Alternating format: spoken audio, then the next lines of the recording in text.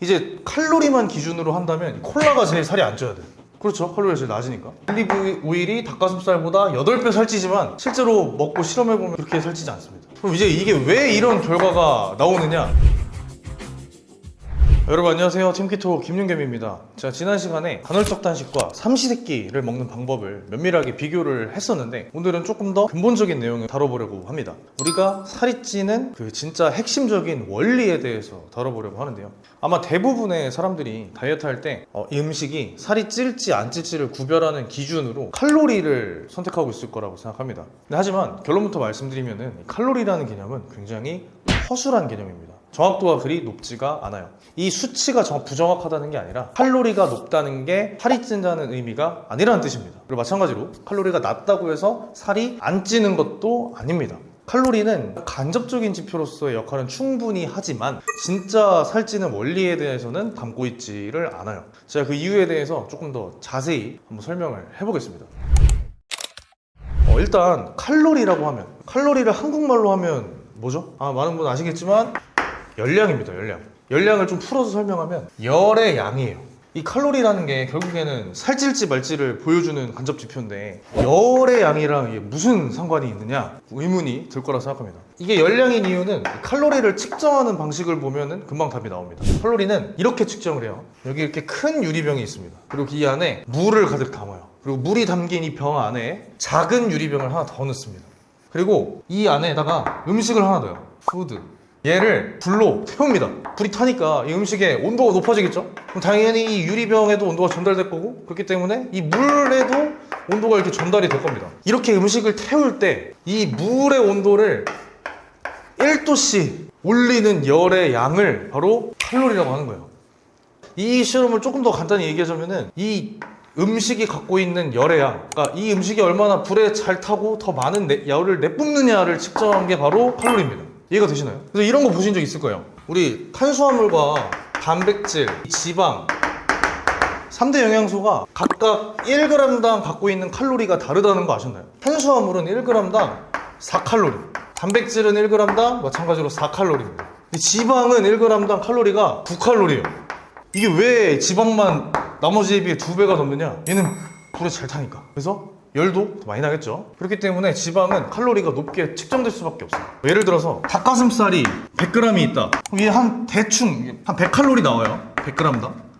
이 닭가슴살에는 단백질만 들어있는 게 아니라 수분이나 이런 거 다 들어있으니까 이렇게 나오는 거예요. 근데 올리브유, 식용유 이런 기름들은 100g에 한 900칼로리 가까이 나옵니다. 정확히는 800몇 이렇게 나오는데 얘도 로스가 있으니까 근데 한 900칼로리 나와요. 같은 중량 대비 칼로리가 압도적으로 높은 거죠. 그래서 이런 식으로 이 불에 잘 타는 기준으로 측정을 하기 때문에 탄단지 중에서 지방의 칼로리 제일 높을 수밖에 없습니다. 근데 제가 하나 예시를 좀 들어볼게요. 여러분 콜라 많이 드시죠? 이 콜라는 보통 한 캔에 한 200ml 정도 돼요. 대부분의 영양소는 이제 물과 설탕입니다. 당류. 그렇게 해서 200ml에 한 92칼로리가 나온다고 합니다. 닭가슴살, 단백질의 대명사죠. 닭가슴살은 100g에 109칼로리가 나옵니다. 올리브 오일, 우리 몸에 좋다고 소문난 올리브 오일은 100g에 819칼로리예요. 근데 여기에 또 추가로 여러분들한테 생소할 수도 있는데 똑같은 지방 중에서 MCT 오일이라는 게 있어요. MCT 오일. 이 MCT 오일은 100g에 940칼로리. 자, 한번 비교를 해봅시다. 물론 이 콜라는 용량이 거의 2배기는 한데 얘는 대부분이 수분이니까 그냥 그러려니 해주세요. 맞다가는 예시가 이거밖에 없었습니다. 아무튼 콜라 200ml 92칼로리, 단백질 닭가슴살 100g 109칼로리. 칼로리만 보면은 얘가 2배 높죠? 얘랑 비교를 하면 같은 중량 대비 8배입니다. 8배. 얘랑 비교해봐도 같은 중량 대비 얘가 더 칼로리가 높아요. 그럼 이 중에서 뭐가 제일 살찌고 뭐가 제일 살이 안 찌는 음식일까? 이제 칼로리만 기준으로 한다면 콜라가 제일 살이 안 쪄야 돼. 그렇죠. 칼로리가 제일 낮으니까. 근데 당연한 얘기겠지만 콜라보다는 닭가슴살이 살이 안 찝니다. 왜냐면 콜라는 전부 다 당이고 혈당 빡 높여서 인슐린 높이고, 그러니까 이건 뒤에서 다루겠지만. 그리고 올리브오일, 물론 올리브오일 100g씩 먹는 사람 잘 없겠죠. 근데 그렇다고 해도 칼로리 관점에서 보면 올리브오일이 닭가슴살보다 8배 살찌지만 실제로 먹고 실험해보면 그렇게 살찌지 않습니다. 이것도 뒤에서 설명할 혈당과 인슐린에 관한 문제예요. 이번에는 오일끼리 비교를 하면은 이쪽이 훨씬 살이 안 찝니다. MCT 오일이. 그럼 이제 이게 왜 이런 결과가 나오느냐? 살이 찌는 가장 큰 원리는 혈당과 인슐린이기 때문이에요. 우리 몸의 모든 곳에는 혈관이 있습니다. 혈관에는 항상 일정 수준 이상의 혈당이 흐르고 있어요.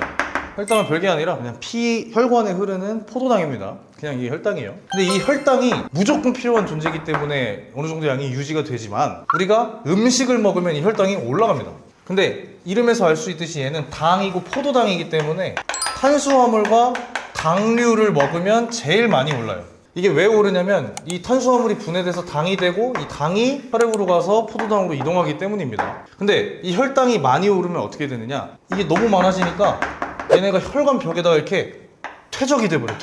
붙어버려요. 근데 이런 상황은 우리 혈관 건강에도 너무 안 좋고 당연히 몸이 나빠질 수밖에 없겠죠, 이렇게 되면. 그래서 이렇게 혈당이 일정 수준 이상으로 올라가면 우리 몸은 인슐린이라는 호르몬을 분비를 해요. 그래서 인슐린이라는 호르몬이 이 혈당이 벽에 쌓이지 않도록 다른 데로 이동을 이렇게 시켜버립니다. 혈관에서 빼내가지고. 이게 뭐냐, 이게 이제 나중에 전에 영상에서 설명했던 글리코겐으로 저장이 되고 얘로도 저장하고도 남는 양은 체지방으로 저장이 되는 거예요. 결국에 우리가 살이 찌는 대부분의 원인은 여기 있습니다. 여기 이 혈당 수치를 너무 많이 높여서 이 인슐린이라는 친구가 이 체지방으로 남은 잉여혈당을 체지방으로 이동시키는 거, 축적하는 거. 이제 요게 살이 찌는 대표적인 메커니즘입니다. 그래서 제가 영상에서 맨날 얘기하는 게 살찌는 주 원인은 과잉탄수화물이다, 그리고 무절제한 당 섭취이다 라고 얘기하는 이유가 바로 여기 있습니다. 이 혈당이 너무 높아서 잉여혈당이 발생해서 인슐린이 높은 동안에, 그 시간 동안에는 우리가 이미 갖고 있는 이 뱃살, 이 체지방이 분해가 억제돼요. 분해가. 그렇기 때문에 이게 혈당이 높아지면 살은 잘 찌고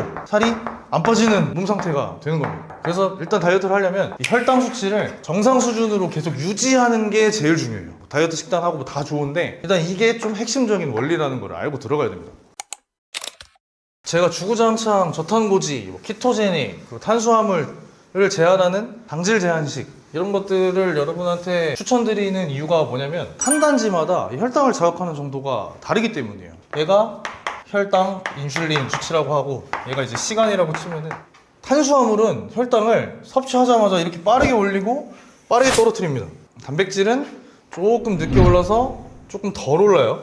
근데 지방은 훨씬 더 완만하게 올립니다. 이렇게. 그래서 탄수화물보다 지방을 더 많이 먹는 이 저탄 고지 식단을 지키면 인슐린을 최대한 덜 건들고 혈당을 최대한 덜 올리기 때문에 살이 안 찌는 체질이 되기가 굉장히 쉬워요. 반대로 고탄 저지를 하면 혈당을 훨씬 더 많이 건들기 때문에 인슐린 상에도 문제가 생겨서 이제 저항성이 생길 위험도 충분히 있죠. 물론 이 고탄 저지를 하더라도 이 탄수화물을 비정제 탄수화물 위주로 먹거나 아니면 이 총량 자체를 좀 떨어뜨리거나 아니면은 이 탄수화물을 먹은 만큼 운동으로 해소를 하면은 크게 문제는 없어요. 다 에너지를 써버렸기 때문에 이쪽에도 큰 문제가 생기지는 않습니다. 근데 우리 현대인들의 특성상 자식 생활이 길고 잠도 잘 못 자고 운동도 잘 못해요. 바쁘니까. 근데 이런 3콤보로 이렇게 고탄수화물 식사를 하면 이 고탄수에서 온 혈당들을 다 소비하지 못하고 혈당과 인슐린에 큰 문제가 생길 수밖에 없습니다. 그리고 대부분의 일반적인 밥집은 이 탄수화물을 비정제가 아니라 정제 탄수화물을 먹어버려요.